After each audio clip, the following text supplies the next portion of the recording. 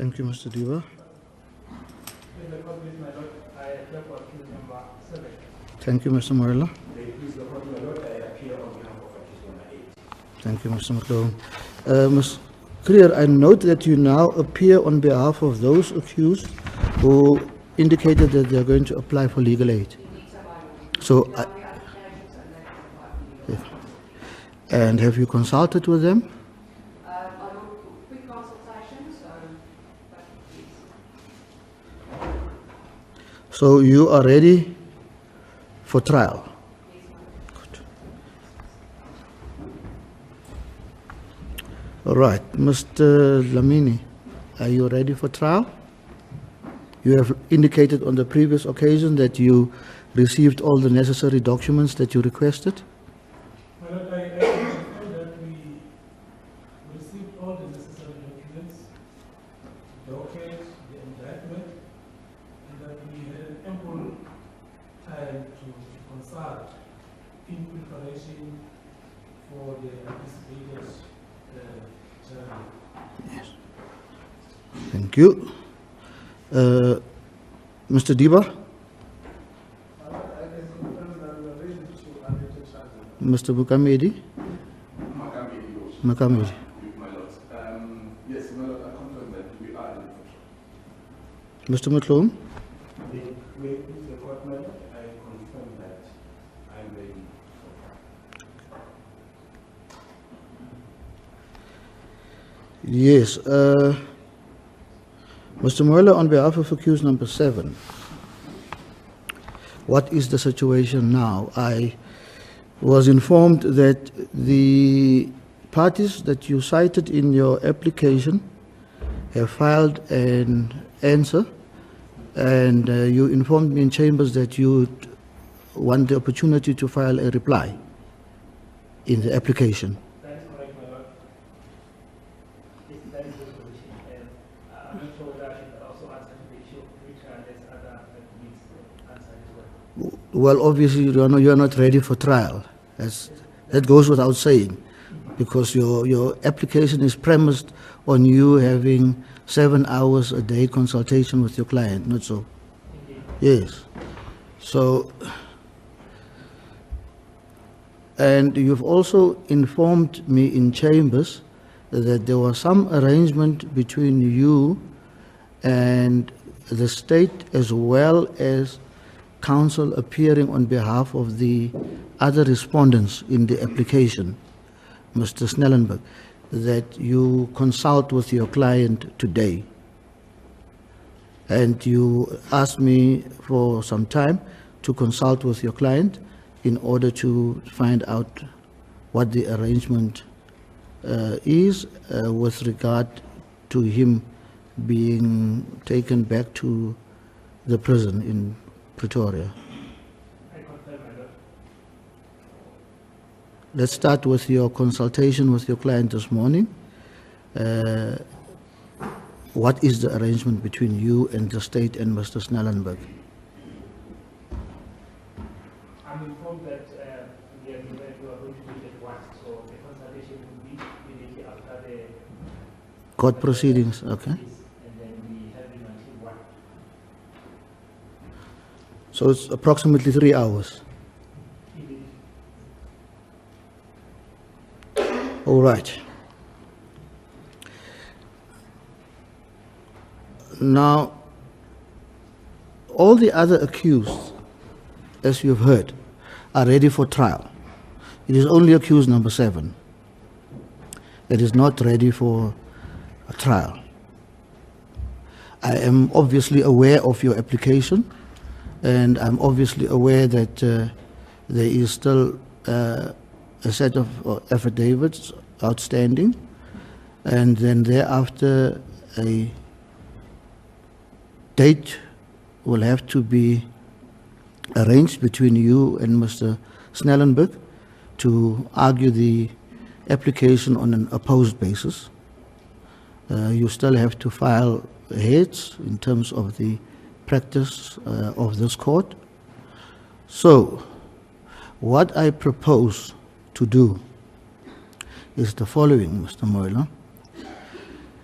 This matter will obviously not be dealt with within a week or two. I am inclined to set the matter down for a whole term, and I would want to know from all the legal representatives, after I've dealt with your issue, when or what their availability is like this year for the fourth term, or alternatively then the first or the second term next year. And then we can deal with your application during the time today and the trial date, so that we don't have a situation where all these accused must come back to court each and every time because of accused number 7. Do you have any problem with that? None. None. Thank you. Mr. Dlamini, what's your availability like during the fourth term of this year? But I don't have any dates in 2024. So you're completely full for 2024.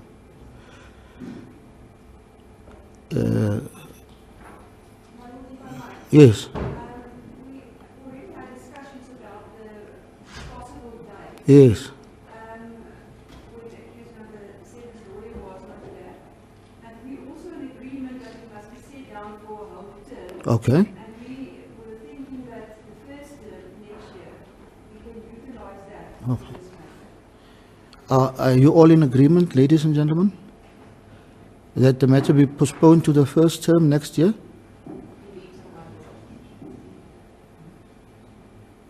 But unfortunately, I was not part of the discussion. Oh, I was not aware of it. okay. Mr. Dlamini, are you available during the first term next year? But I will be available, but depending on which month I will be here. Not the first term normally starts in January. 20th of January up until the 20th of March. First time I will obviously be out, my lord. Out. Yes. Why? I already have matters in January and February. The entire January and entire February.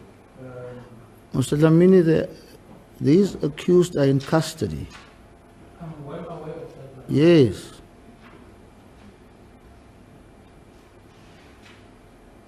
Your client specifically is also in custody. But not unless if my lord is willing just to stand the matter down so that we can look at the issue of this with my colleagues and we can become clear. That's what we need. You want the matter to stand down?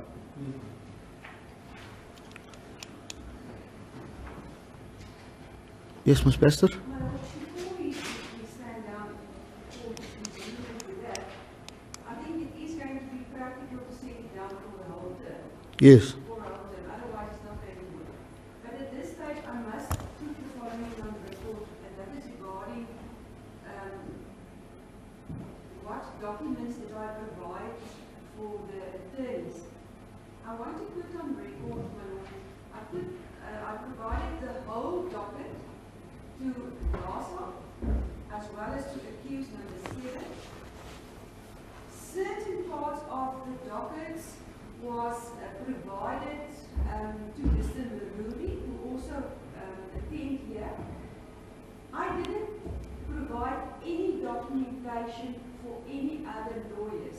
I sent them letters. I didn't get any reply in that regard because they obviously must. But they're not complaining. Nobody's complaining about documentation. So, yes? What I want to say is, I can't take any responsibility if it's during the trial they find that I don't have that documentation because I didn't provide that. Yeah, but I think that bridge must rather be crossed when you get there. For now, nobody's complaining. They are legal representatives. They know that they're entitled to the content of the docket, and you have provided the docket to some people, Mr. Mururi has withdrawn. He has probably given his docket to Ms. Creer, and in any event, Ms. Creer was involved in the matter. She had a copy of the docket, and nobody else is complaining, so let's not create an issue. As long as I'm not going to be blamed for that. No, that the trial court will deal with that if necessary, if there are applications in that regard. Mr. Moila, let me hear what your views are with regard to your application, because that application can now be dealt with between now and the first term. You must still file your reply and all those other documents.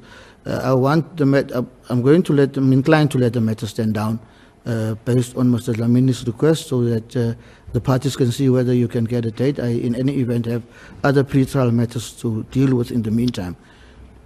Is there anything else that you wish to add? Yes, the last discussion, but I guess that we'll change that when we come back from this agenda. Oh, okay. All right. All right. Good. The matter will then stand down. The legal representatives will then arrange a date for the trial of this matter. Thank you. Matter stand down.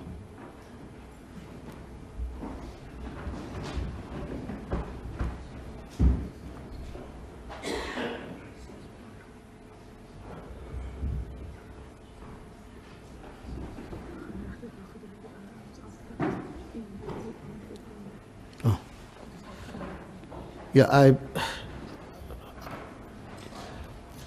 I'm going to adjourn now so that the court orderly can make the necessary arrangement.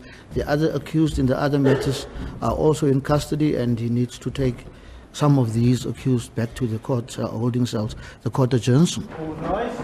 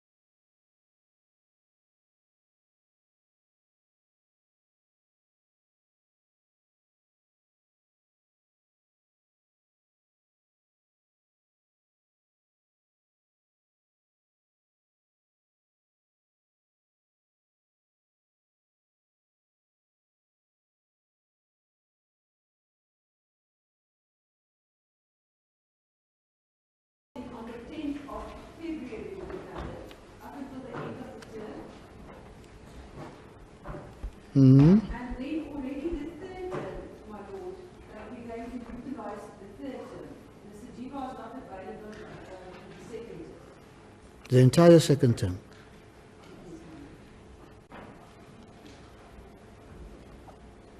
The entire third term. And my lord, I would request already at this stage the question of funding. Are they in a position to proceed with the matter and finalize them?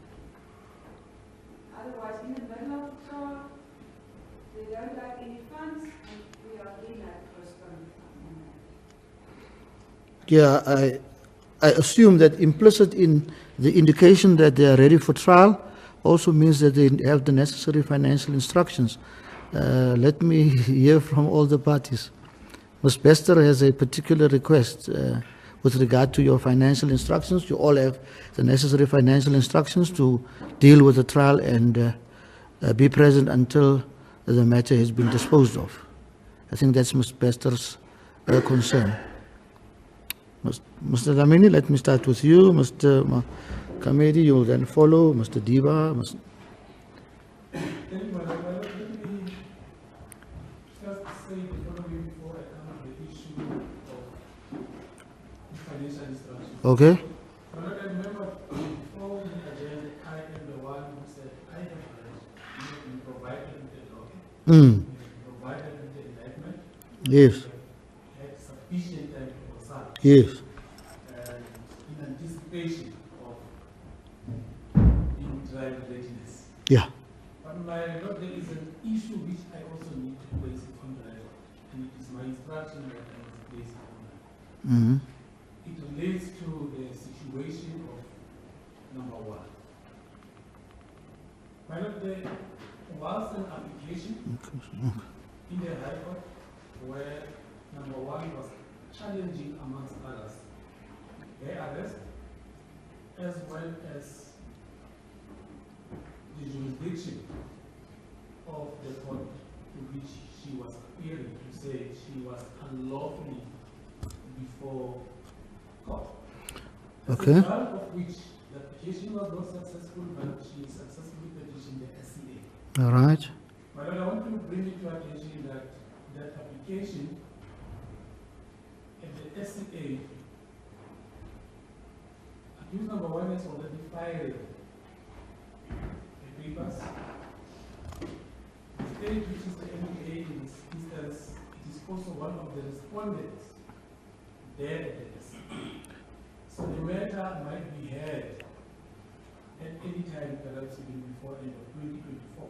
Nice. Which in my own way of thinking, it will also have a bearing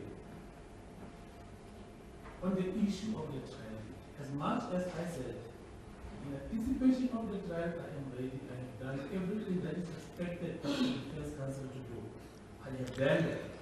But there are those rights which number one is exercising outside the forum where we are sitting now, which might have a bearing on this particular case. So perhaps if we are to postpone this matter for a time, but we should have that at the back of our mind that as much as we postpone this matter to that particular day, but anything and everything is possible. Not unless if we may also put it aside and say, how about the issue of looking at another provisional date so as to look at whether or not by then when we come back the proceedings will be finalized at the SCA. I understand my Lord emphasized the fact that this matter also has to see its way into the trial, which we fully agree with. But there are those issues which are still pending, which number one is still busy with, and where she is still exercising her right. And it is our belief that the SCA would not have accepted this particular matter to be heard in the SCA if there was no case to be argued there. But I still stand and fall by my earlier submissions that I have done everything in preparation for this matter. if I were to start a trial, I would be ready, but however, due to those factors which are beyond me, which I actually wanted to. In a nutshell, my lord, the issue of a criminal jurisdiction, it has been challenged, it has been raised in a forum outside this particular court, which you have really in this particular. Thank you. I'm not sure if my lord has got anything on it. No, let me hear what Ms. Bester has to say about it, and because I hear you saying that that matter might be completed by the fourth term in the SCA. Because you filed papers, I want to know whether, or do you know whether they have filed papers, but I'll clarify that with Ms. Bester. Ms. Bester? As you previously called, the DPP Free State decided it's one of the respondents. Yes. And the papers must be filed, our papers must be filed by the 3rd of August, and it's also going to be Advocate Snellenberg and Advocate Mr. who is appearing in that matter. But, I don't think we must jump the gun about the judgment there. The trial date, we must still proceed with the trial date. If something happens in the meantime, I think we can sort it out and make decisions in that regard, because if we don't set the trial date now, it's really going to take, we're going to go for another year before we can start. So my suggestion is still that if they're successful, it's going to change the situation, but if they're not, But- we can start. Yes, assuming that they are successful, that will only have a bearing on accused number 1, if I understand it correctly.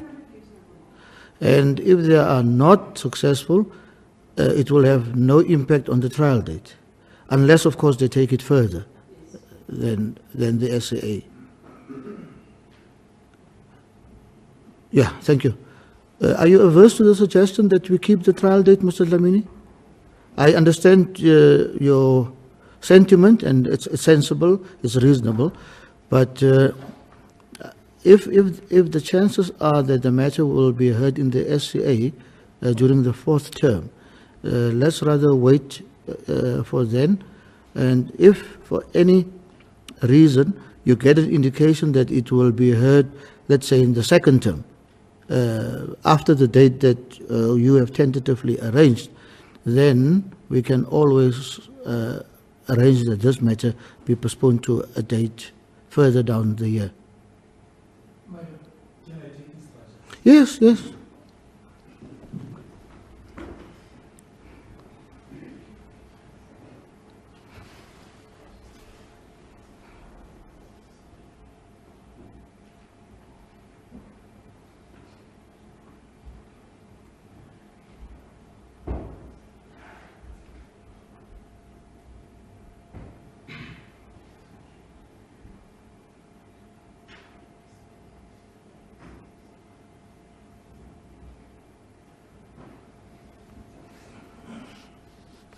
Madam, my instructions are that we are not acceding to the criminal jurisdiction of this particular court, but however, we do not want to be seen to be standing on the way for the trial date to be set. We can still set the trial date, Yes. but in a nutshell, as a matter of fact, we are not acceding to the jurisdiction of this court, but it will be subject to the outcome of the judgment at the SCA. That is how I understood you the first time Yes, around. that is the position. Good. Anything from any of the other legal representatives? None. Mr. Moyle. Remember, we have a peculiar situation in our application, so Yes, no, we'll deal with your application, because your application does not have a bearing on the other accused, not so. yes, but on the readiness for trial, remember now it's all of us who are asked whether we're ready for trial. Yes. The peculiarity of our situation differs. Yes. So Okay. I just wanted to place it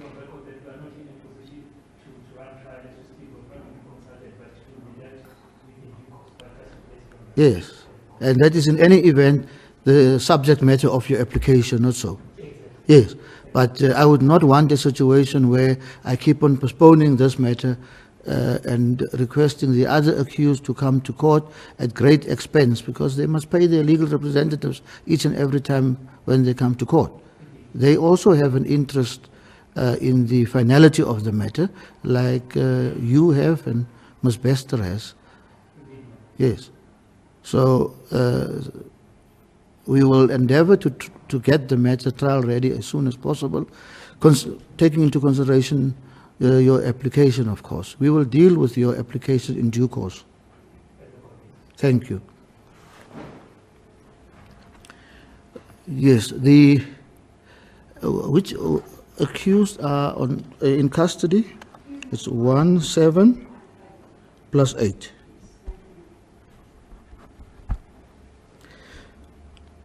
Yes, the matter is now postponed until the 10th of February 2025. Accused numbers 1, 7, and 8, you are in custody. The rest, your bail is extended. You are warned to appear again in this court at 9 o'clock in the morning.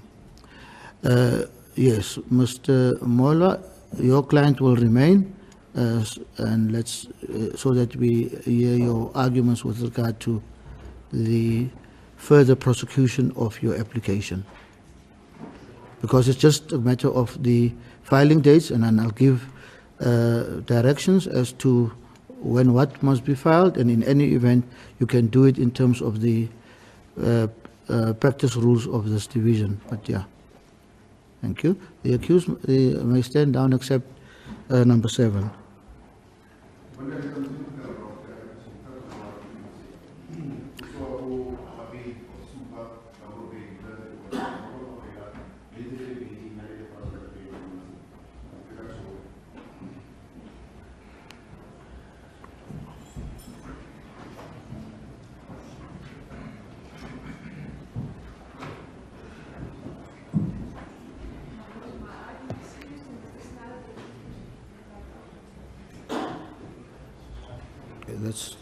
Let's just wait for them to.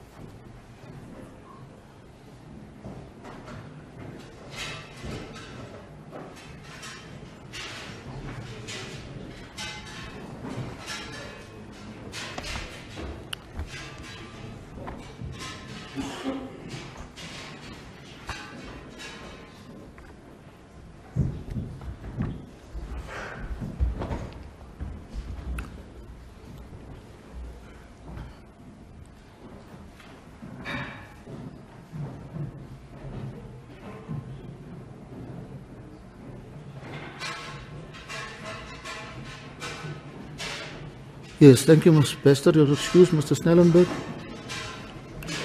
Yes, you're also excused, gentlemen and lady. Good.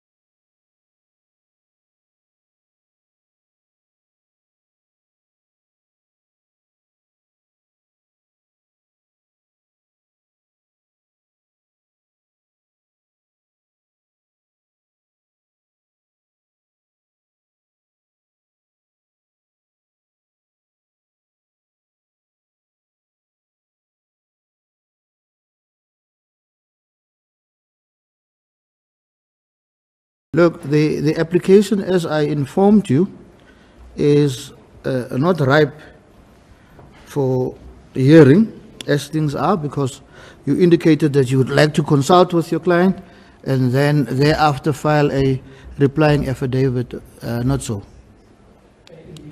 Yes. Yes. Mr. Snellenberg has also indicated that regardless of the flaws in your application, they would take a pragmatic approach and have the matter argued as soon as it is ripe. Mr. Snellenberg, I see the state is the first respondent. I assume you're also appearing on behalf of the state, whoever and whatever that is. Then there is the National Commissioner of Correctional Services, the head of the center at Kgosi Mampuru, and then the Minister of Correctional Services. All the respondents. Good. Thank you. Yes. Mr. Moila? Thank you, my Lord. As we briefly discussed in chambers, the only issue that we were at variance was the issue of which forum. Obviously, we are not going to deal with the bill. Which forum should adjudicate this matter? Mr. A criminal court? Yes. A civil court.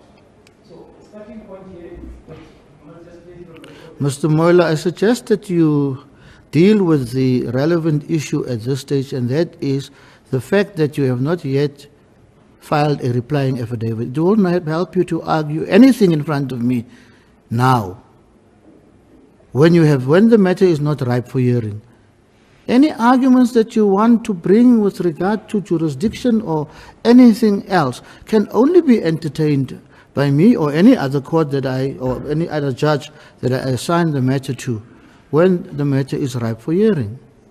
Madam, I thought our understanding from chambers was that the allocation of the matter, whether it's going to be held in a criminal, remember it has an impact of whether the accused will be in court or not. If it's going to be held by a civil court, may I just finish, Madam? Yes, do. If it's going to be held in a civil court, the accused is not required to come in terms of the criminal. In fact, it's not even in terms of the criminal procedure and what is there. But if it's held by a criminal court, he is entitled to be here when the matter is there.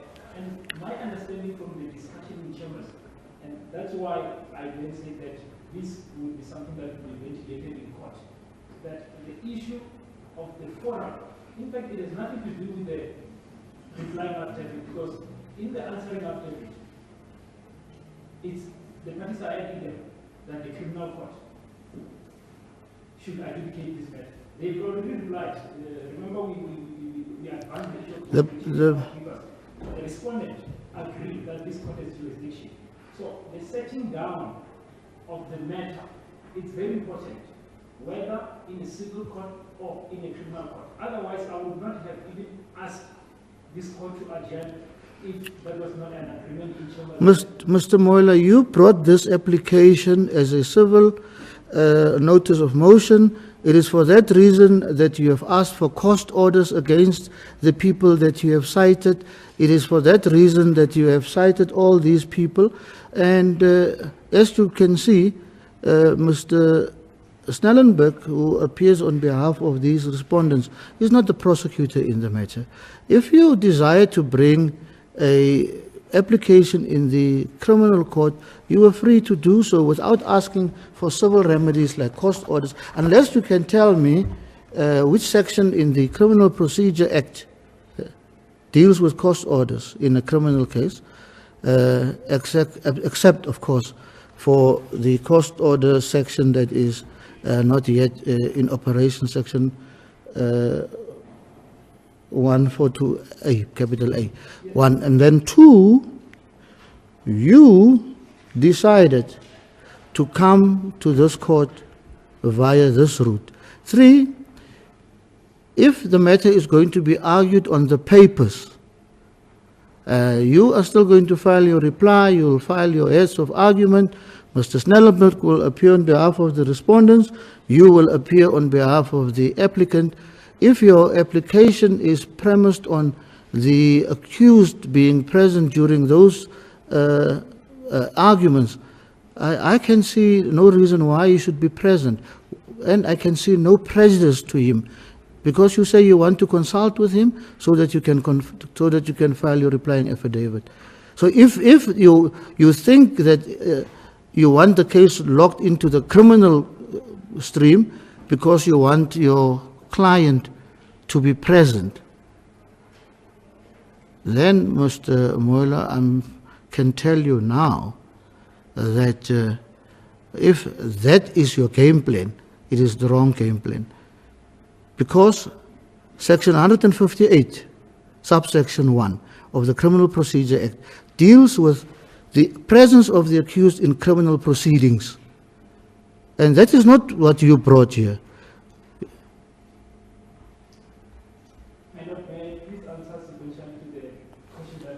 Yes, please do. So that people then realize that all these questions, they've been answered by case law. I'll have a small excursion that in that excursion, I will reduce my voice and elevate the voice of the case law. Yeah, Yes. good. Then we start, because that question itself, obviously, is the issue of forum. So let me start by the court case of this division.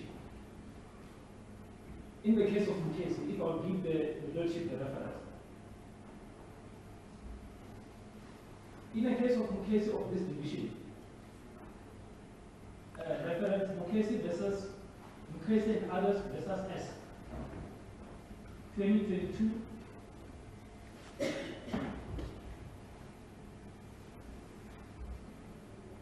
just give the reference number.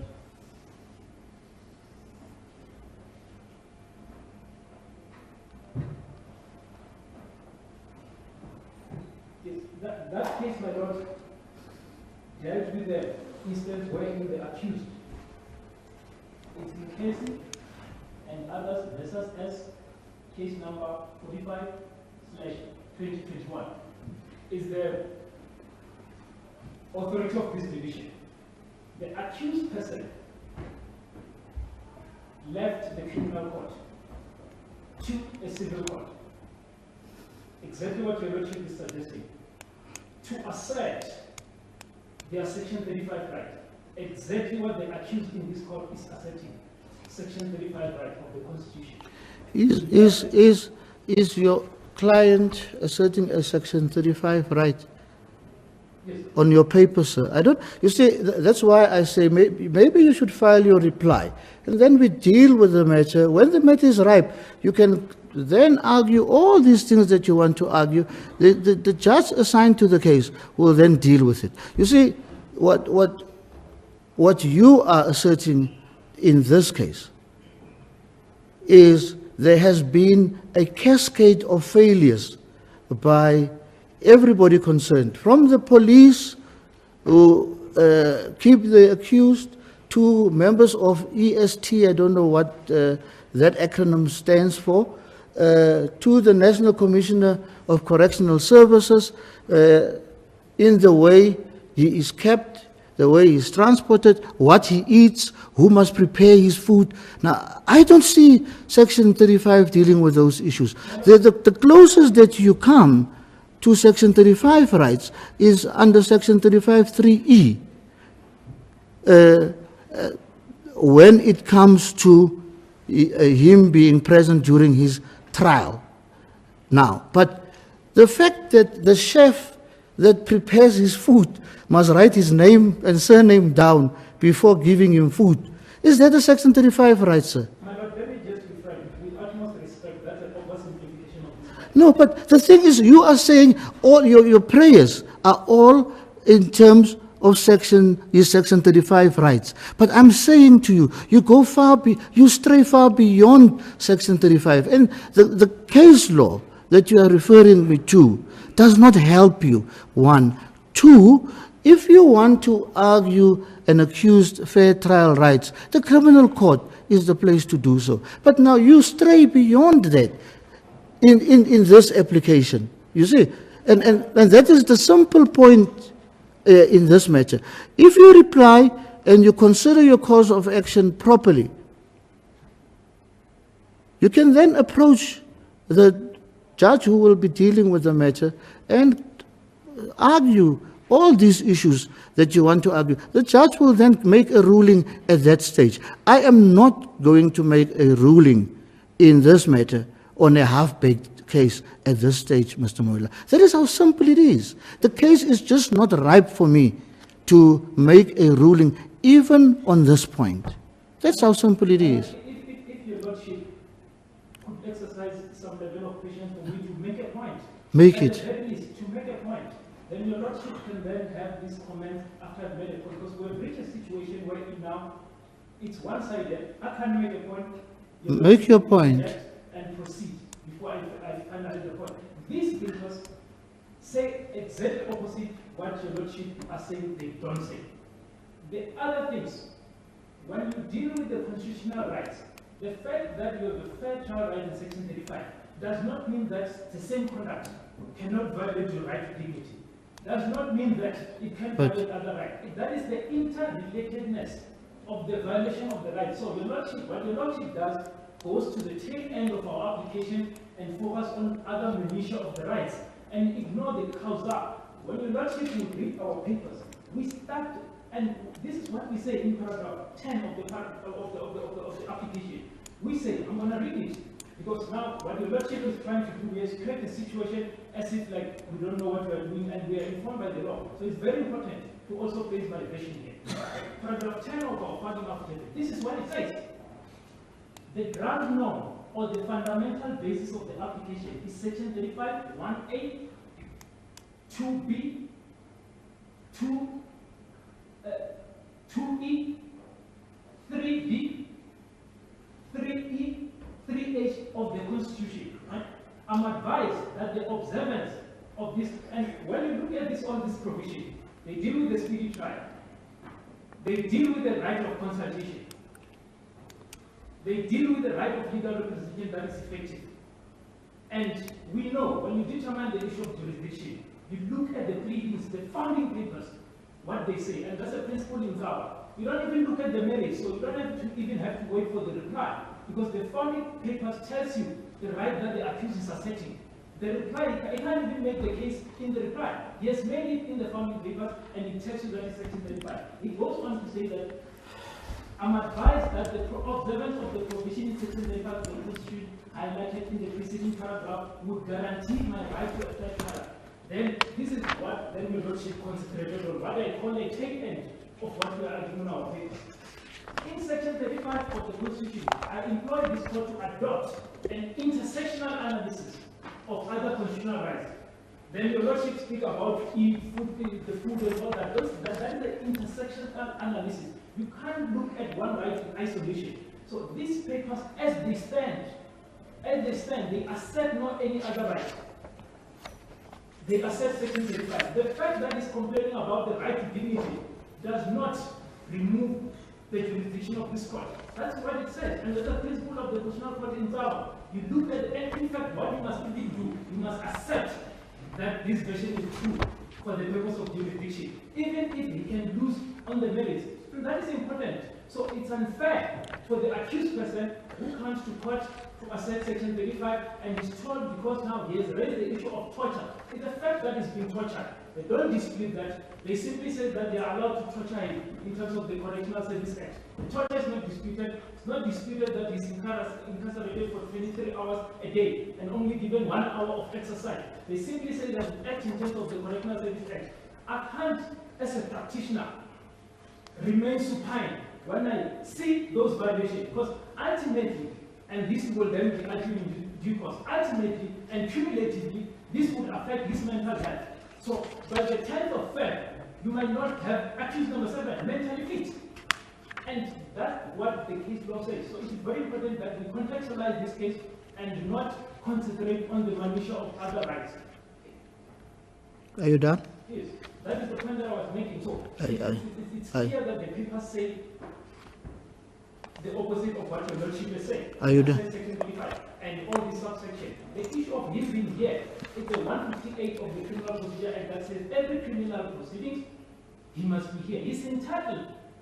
I don't have to motivate that what purpose that is served. That's a legislative entitlement. And there's a plethora of cases to that effect as well. And the reason why I wanted to start with Mukesi, because I thought maybe it would be given some elevation because it's a decision of this division. But there are cases specifically that says that it matters not. Because last week, what you were told that this is, we use a notice of application or notice of motion. A plethora of cases that have prosecuted the application through a notice of motion. In fact, it's even encouraged. It's even encouraged so that it can facilitate the proceedings. The reason you see the respondent being here is because they were invited properly and they came here in terms of the invitation. Otherwise, if we adopted the process working, we don't know what we are doing, we would not be having a respondent. So that's important for me to place it in context. And that's why I say that in the setting of the matter down, the issue of jurisdiction would be determined by the criminal. Where in the criminal court, it can't be taken to a motion court or a motion court to determine it. It's this particular court that must even determine its own jurisdiction. If we are wrong on that aspect, then the court will chase us and will gladly leave, knowing very well that we are living, but on the wrong side, we are living with the right side of the law. Because all other cases support our proposition. Then we can then assist the accused to prosecute someone.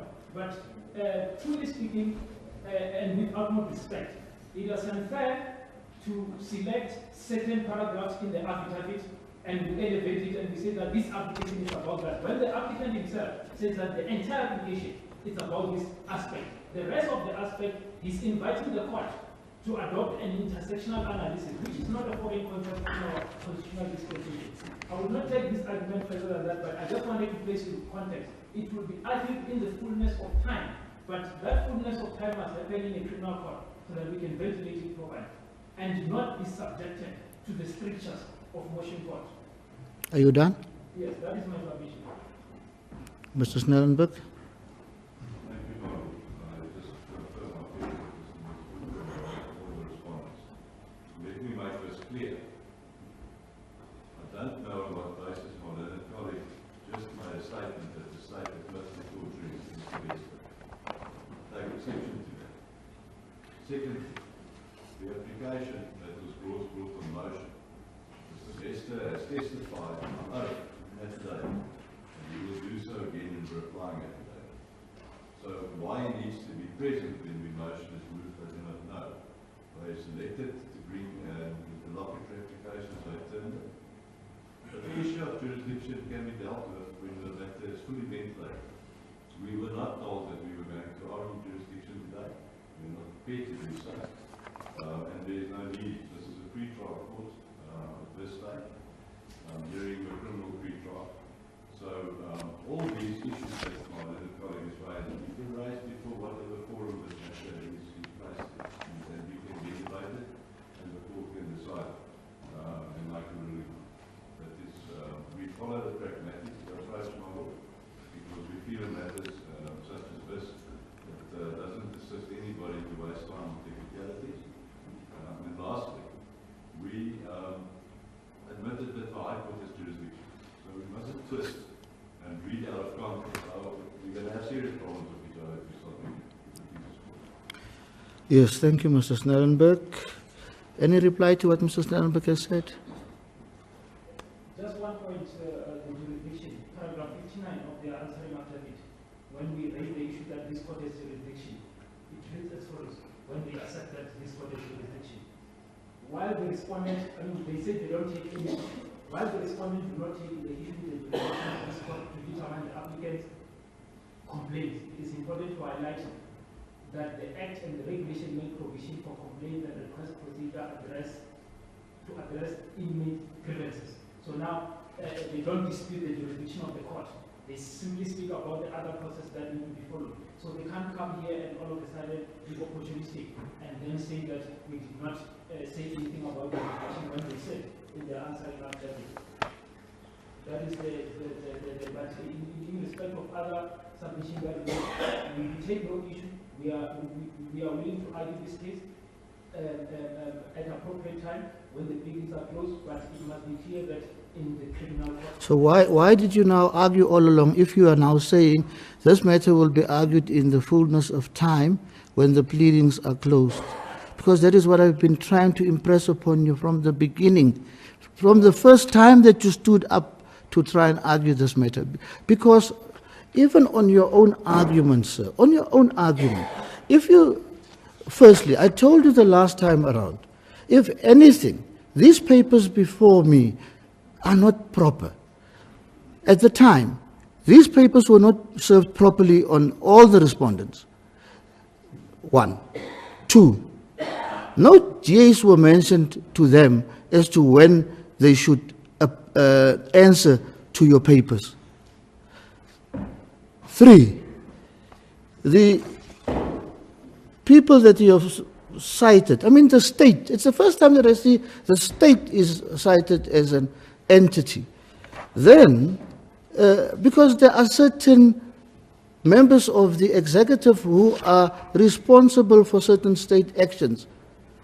Then, sir, your application, for an example, and maybe I should read it to you, so that you start thinking about your application, and maybe, if so advised, look properly at it and see whether it deals with Section 35 rights exclusively. Paragraph 1, you say, of your notice of motion, declaring the conduct of the second and third respondents in refusing applicant meaningful consultation in preparation of his matter to be unconstitutional and invalid. Paragraph 2, declaring the conduct of the second and third respondents in refusing the applicant's request to use a laptop, tablet, or any suitable gadget in preparation of his case to be unconstitutional and invalid. Then, declaring the conduct of the second and third respondents in refusing to make reasonable provision or accommodation for the applicant to consult in person with his legal representative to be unconstitutional and invalid.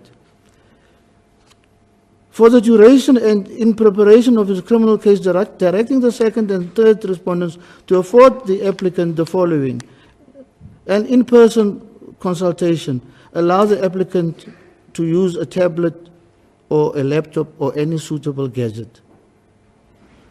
Declaring the conduct of the second and third respondents in keeping the applicant in solitary confinement for 23 hours a day to be unconstitutional and invalid.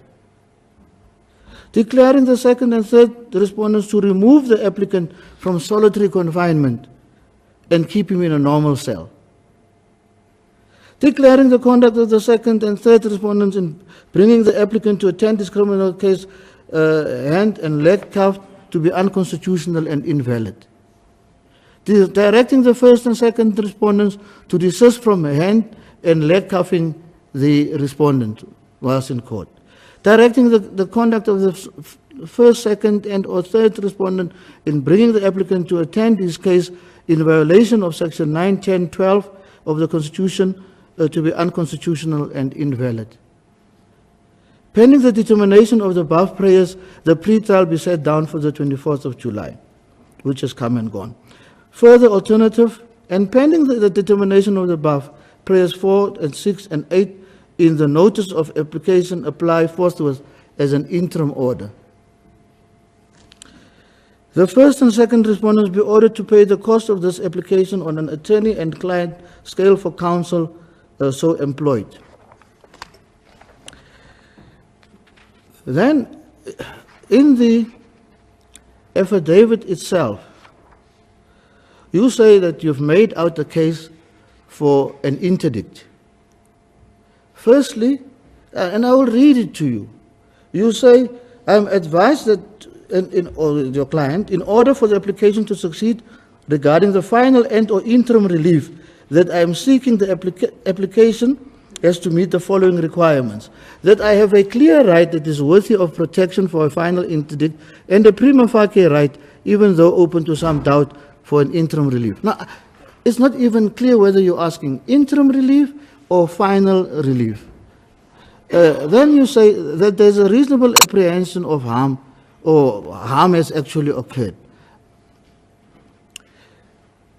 That the balance of convenience favors the granting of an interim relief. Can you see what I'm talking about? Now,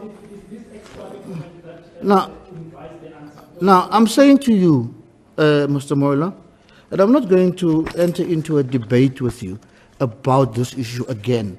I'm saying to you that your prayers, firstly, are civil prayers, and secondly, they stray far beyond the Section 35 rights. Now, you file your replying affidavit, and you act in terms of the rules of this court, and this matter will then be set down. A judge will hear the matter, and the judge will then decide. If you want to argue to the judge that the matter must be postponed, he must make, or she must make a ruling that your client must be there at that stage when you make your arguments, you are welcome to do so.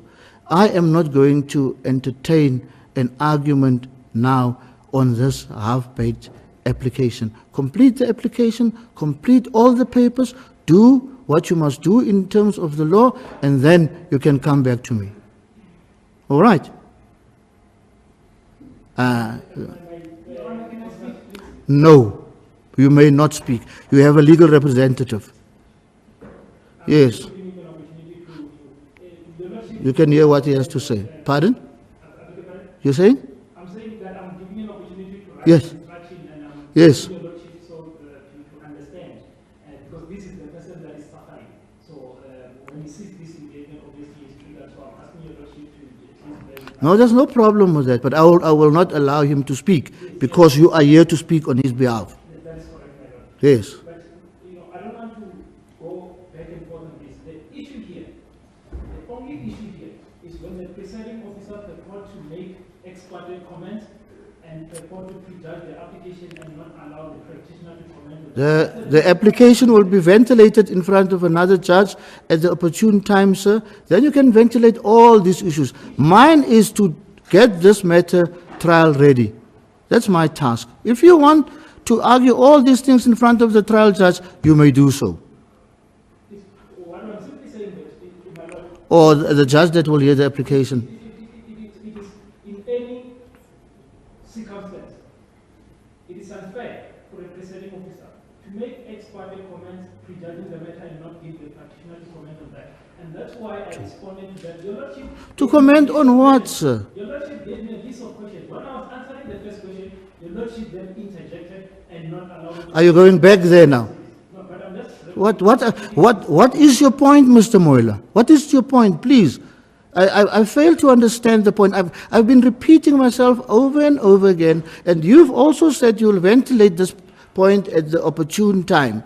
Now, this is not yet the opportune time. That is how simple this whole issue is. Can I make the point that your lordship has asked? Because your lordship has asked what is the point, Mr. Moyla. Mm. The point that I'm making, when I stood up, the lordship gave me a list of questions. Address this, address that, address that. On top of that, the lordship made comments about our application. And then in addressing those questions, I brought to the court's attention that actually what this court says is opposite to what our papers say. But then I've read the papers. Yes. Then my learned colleague then responded. Then I said, in that circumstance of his sensible suggestion, there's no need to say anything further because he didn't say anything that is worthy of responding because he didn't invite me. But when your lordship made comments and invite me, I'm happy to respond. But sir, you said to me, you brought your paper. The things that I have said to you are selective. I've read your entire application or prayers to you. And I'm saying to you, like I said earlier, they stray, in my view, beyond your Section 35 rights. And I do not want to enter into a further debate with you. Make sure that you file your replying affidavit. Make sure that you file your heads of argument. In terms of the rules of this court, a judge will be assigned to deal with the matter, and that judge, you can go and ventilate all these things in front of the judge. I will assign a judge to listen to your entire argument, even on the jurisdiction issue. Everything that you want to ventilate, that judge will hear when the papers are ripe, sir. That's the only point. The papers are just not ripe. That point is accepted. Precisely. Now, if that point is accepted, I expect you then to sit down. And yes, then the matter is over. You took an instruction from your client. Is it relevant? Do you want to ventilate that instruction or not?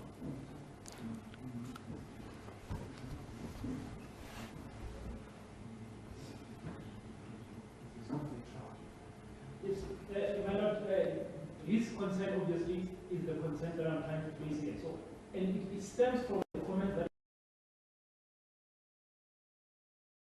the condition is not right.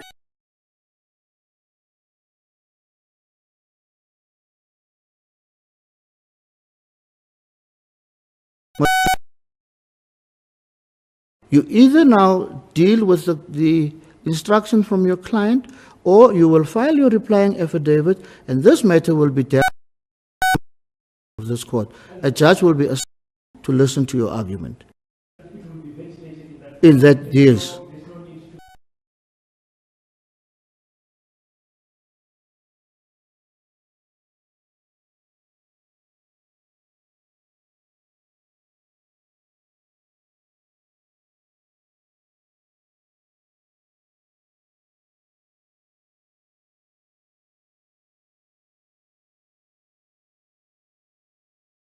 Court on that day.